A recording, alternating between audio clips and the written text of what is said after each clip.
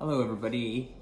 I know it's pretty quick this time, but I just kind of wanted to talk about what the next steps are. So, in my last video, I kind of talked about where I am right now. I'm still kind of in this window, but this week I'll start my treatment at Fred Hutch, which formerly known as Seattle Cancer Care Alliance, but now is Fred Hutch Cancer Center. So, rebranding.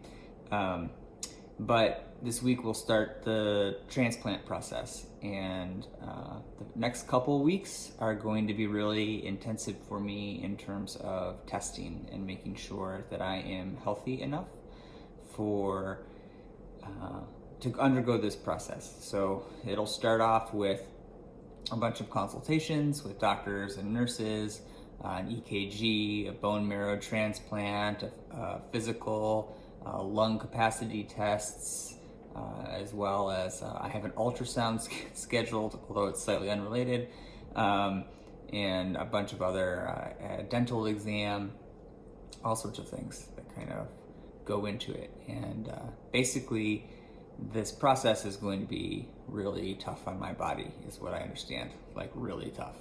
And so all of these elements are just there to make sure that I am healthy enough to get through it, regardless of kind of the cancer.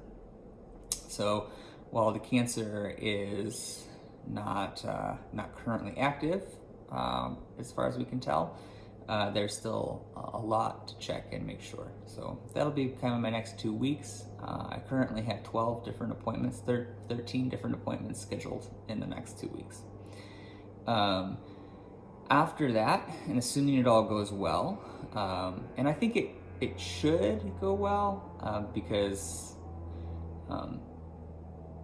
a lot of doctors comment that I am pretty healthy. You know, it always feels a little weird to have a doctor tell you that you're really healthy even though you have cancer.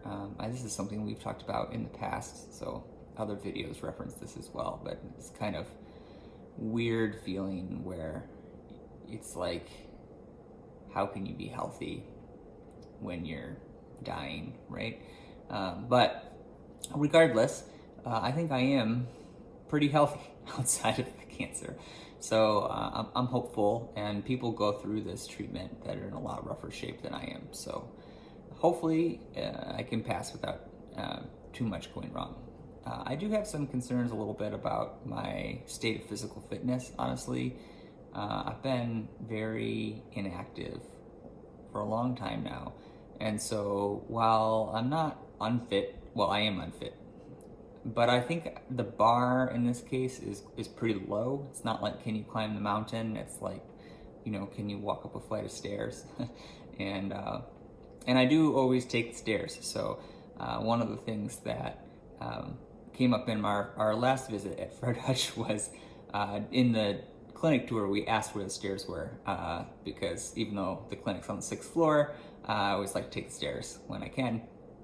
And the gentleman showing us around said he'd been doing this job for like 13 years and no one had ever asked where the stairs were.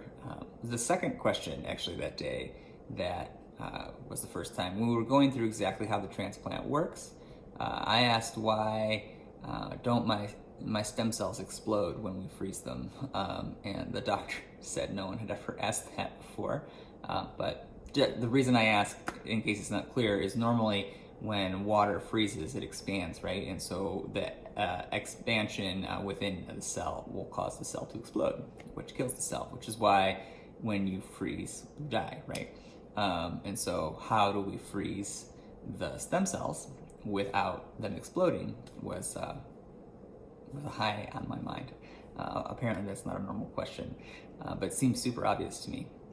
It turns out it has to do with the solution, lowering the freezing point so that the water in the cells don't explode.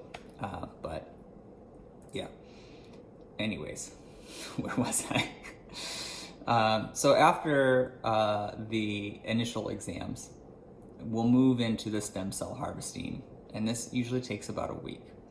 During this period, I'll have to go in twice a day in order to get growth factor boosters, which are shots that make my bone marrow and blood production go into overdrive. This is actually something that we've done before. I had it towards the end of my first line treatment, although we did them at home and Jamie administered them. And before, it was just to keep my white blood cells high enough that I could be moderately safe. This time around, it's so my white blood cell production, I'm using white blood cell just because it's easy, but it's all blood cell production will go through the roof.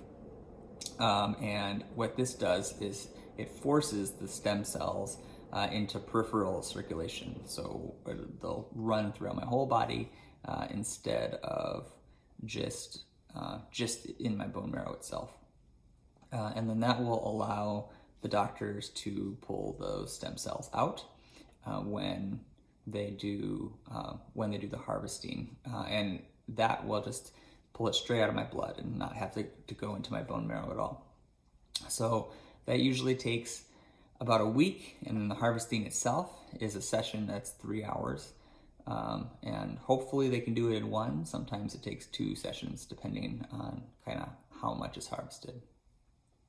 We expect this phase to finish around the 23rd-ish of December. And then there'll be a few days off for Christmas, basically. And then the 27th is the current scheduled date for me to go into the hospital. That will start the lethal chemo phase, which is a regimen called BEAM, B-E-A-M, which is just the first letter of the names of the medicines for the chemo. And that process is what will kill all the cancer. And it's the actual reason we're doing this. So the first time around, my first line treatment was effective. The chemo was effective. My cancer responded. And on the PET scans, there was no active cancer. But it grew back, which means that there still was some, even though we couldn't see it. And I'm in the same situation right now. So the chemo that I've been doing over the last 2 months has reduced the cancer to the point where we can't really see it anymore. We can't see any active cancer right now. We can still see some impacts of enlarged lymph nodes, but no active cancer. But since we can't see it, and it came back, it's probably still there. So what this week of BEAM does is it kind of takes it up several notches, and it just absolutely kills everything having to do with my immune system and my blood production. And the thought is by killing it all, then we'll have to have got it all. So we'll kind of see if that works. So that's another 5-day-ish process starting around the 27th. Maybe, probably not minus a few days, but maybe plus a few days, assuming everything goes well and we stay on track. And then that would mean that in the beginning, the first week of January is when I would have the stem cells put back into me, and I would start the process of regrowing an immune system. The expectation here is that you regrow the initial stages of an immune system usually over around 14-ish days. Sometimes it takes longer than that. But the stem cells go into your body, they figure out what needs to be grown, which is kind of everything. They settle back in your bone marrow, they turn into bone marrow, and start producing the other cells.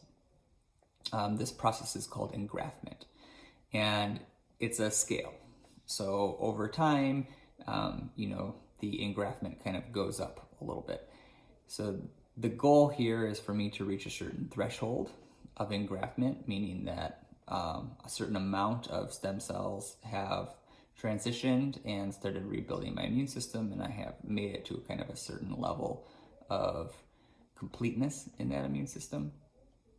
And then I'll be able to go home, but I still won't really have an immune system. So when I go home, I'll still be needing daily tests, daily IVs. I won't be able to eat food regularly. I'll have to treat all of my food and disinfect all my food. I won't be able to have houseplants because there's fungus and bacteria in the dirt. I will lose all of my immunity. So all the immunity I've built up over my life to various diseases will be gone, including all my vaccinations, starting from scratch there. And the next couple months are critical and very difficult. So I don't know exactly what that looks like yet, and I'll learn a lot more this week and over my consultations with the doctors. But that's kind of the general gist of it. So to recap, the next 2 weeks will be all about making sure that I'm healthy enough to make it through this process. And then about the third week from now, give or take, will be all around focused on harvesting the appropriate amount of stem cells so that I'm ready to go and I can recover after the chemo. And then after Christmas, we expect the week after Christmas, I'll go into the hospital for the beginning of about a month stay at the hospital. And during that time period, I will first spend a week being given the chemo, which will kill the cancer, but also kill me. And then I will be spending 2 to 3 weeks after that process being saved with the transplant, which is technically a rescue procedure. And then hopefully by the end of January, I'll be back home, but I'll still have a climb up from that period where I'll be doing daily tests, having daily IVs, and having to live a very different lifestyle, with kind of like the COVID germ protection thing, except like times 100. And hopefully all that will go well, and hopefully I'll be able to start emerging back into the world, after a couple months. But I still won't be able to get vaccinated for quite a while. So the COVID vaccine will be about 60 days after, along with the flu shot. But then again, all of my normal childhood vaccines will be gone, and most of those I won't be able to get them until for a year. And then the live vaccines won't be for 2 years. So over the next 2 years, when you see me, just, don't be sick, please. So, all right, so I think that kind of covers what the next month is supposed to look like, and I'll continue updating with how it actually looks. So until then.